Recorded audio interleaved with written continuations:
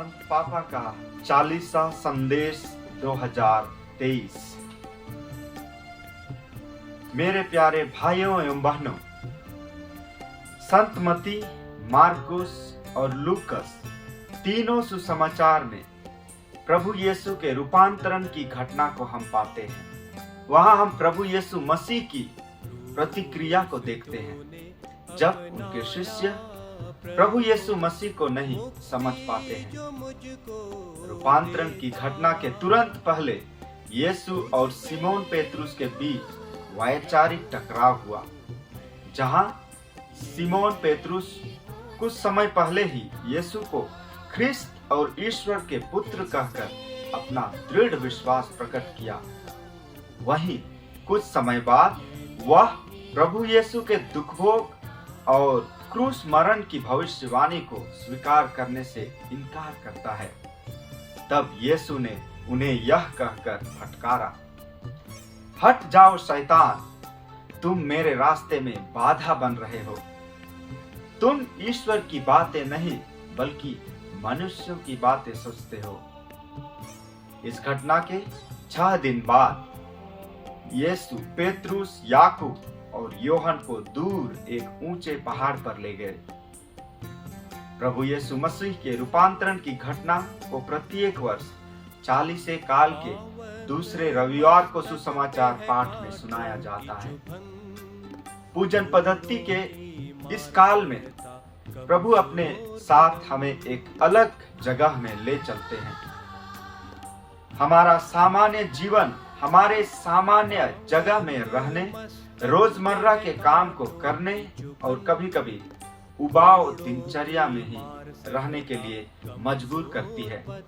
लेकिन इस 40 काल में हम सभी को यीशु के साथ एक ऊंचे पहाड़ पर चढ़कर अपनी आध्यात्मिकता की ओर ध्यान देते हुए पवित्रता का अनुभव करने के लिए आमंत्रित किए जाते हैं। 40 काल का त्याग तपस्या ईश्वरीय कृपा से संचालित एक व्यक्तिगत चुनाव है। इसके द्वारा हम अपने विश्वास की कमी पर विजय प्राप्त करते हैं और यीशु के क्रूस रास्ते पर चलने के लिए बल प्राप्त करते हैं। पेतरुस और अन्य शिष्यों को यही करने की आवश्यकता थी।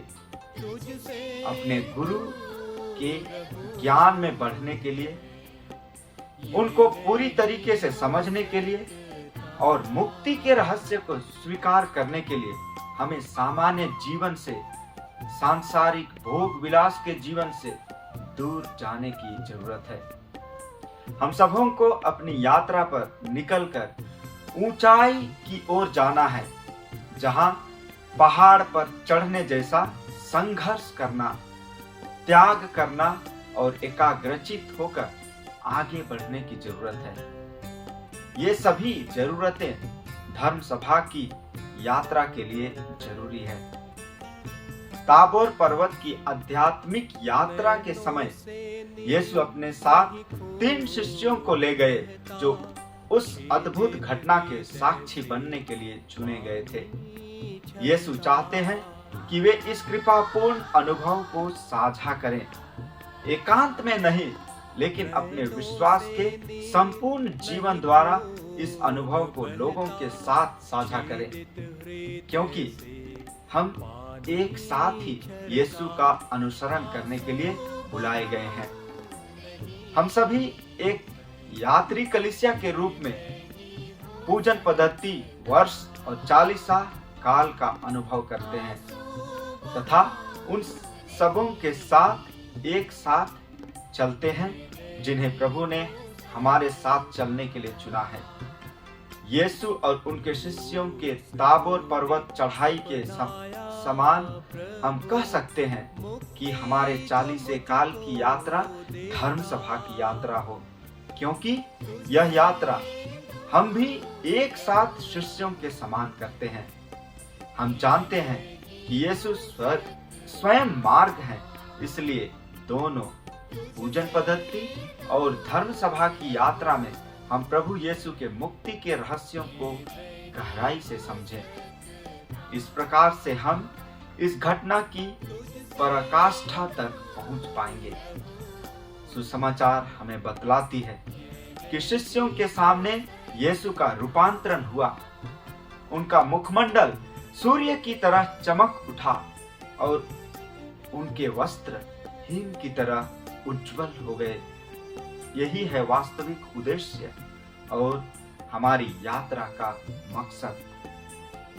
उनके पर्वत चढ़ाई के अंतिम पड़ाव पर, जब वे पर्वत की ऊंचाई पर यीशु के साथ खड़े थे, तीनों शिष्यों को उनकी महिमा को देखने का अनुग्रह प्राप्त हुआ। जब वे अलौकिक प्रकाश में चमक रहे थे, वह प्रकाश ऐसे ही नहीं आया था, लेकिन वह स्वयं प्रभु से उत्पन्न हुआ था। इस दिव्य दृष्टि की भव्यता ताबोर में शिष्यों द्वारा किए गए प्रयासों से कहीं अधिक भव्य थी। किसी भी कठिन पहाड़ी पैदल यात्रा के दौरान हम अपनी आंखों को रास्ते पर मजबूती से स्थिर रखने की जरूरत होती है, और तभी अंत में दिखने वाला परिदृश्य हमारे लिए विस्मयकारी और अद्भुत होती है। इसी प्रकार धर्म सभा की जो प्रक्रिया है वह कठिन लग सकती है और कभी कभी निराश भी कर सकती है। फिर भी अंत में जो हमें मिलता है वह निश्चय ही अद्भुत और आश्चर्यपूर्ण होगा, और यह हमें परमेश्वर की इच्छा और उसके राज्य की सेवा में हमारे कार्य को बेहतर ढंग से समझने और करने में मददगार सिद्ध होगा। शिष्यों ने जो ताबोर पर्वत पर अनुभव किया था वह तब और अधिक संपन्न हुआ जब यीशु का रूपांतरण हुआ और संहिता और नबियों को इंगित करते हुए मूसा और एलियस उन्हें दिखाई दिए। यीशु में वह नयापन उस पुराने प्रतिज्ञा और वादे की पूर्ति है, तथा यह ईश्वर का अपने लोगों के साथ संबंध को बताता है जो अविभाज्य है और एक अथाह अर्थ प्रकट करता है। इसी तरह धर्म सभा की जो यात्रा है वह कलीसिया की परंपरा रही है और हमेशा से ही नएपन के लिए खुली है।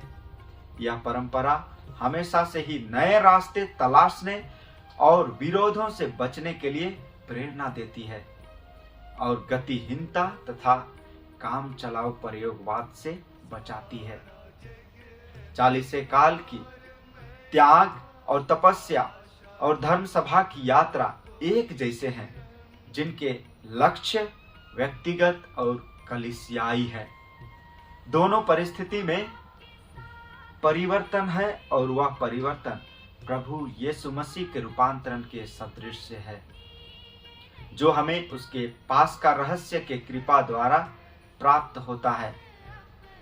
हम प्रयास करें कि यह रूपांतरण इस वर्ष हमारे लिए एक वास्तविकता बन जाए।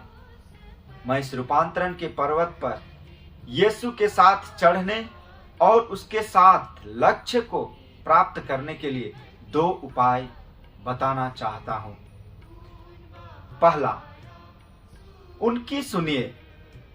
जब यीशु के चेले ताबोर पर्वत पर यीशु के रूपांतरण के विषय में चिंतन कर रहे थे, तभी बादल में से यह वाणी सुनाई पड़ी, यह मेरा प्रिय पुत्र है, इसकी सुनो। इसी आधार पर पहला प्रस्ताव यह है कि हमें यीशु को सुनने की जरूरत है। 40 का समय हमारे लिए उतना ही अनुग्रहपूर्ण होगा जितना हम यीशु को सुनेंगे। यीशु हमसे बाइबल वचन, संस्कारों और उन भाई बहनों के माध्यम से बात करते हैं जो जरूरतमंद है। दूसरा, उठिए और डरिए नहीं।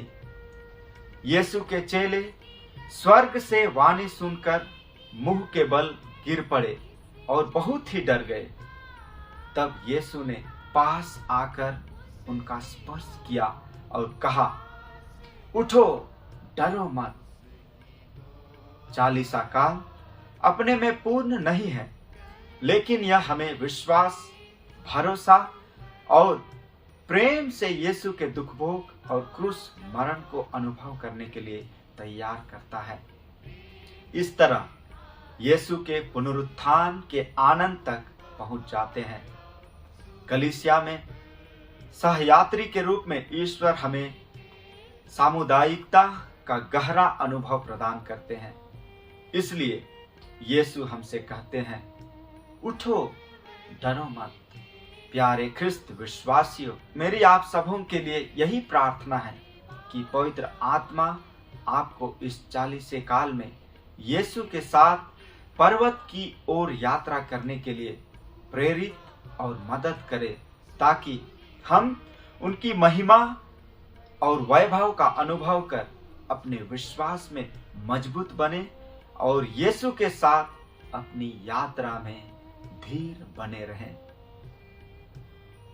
रोम, संत योहन लातेरन, 25 जनवरी, संत पौलुस के मन परिवर्तन का पर्व।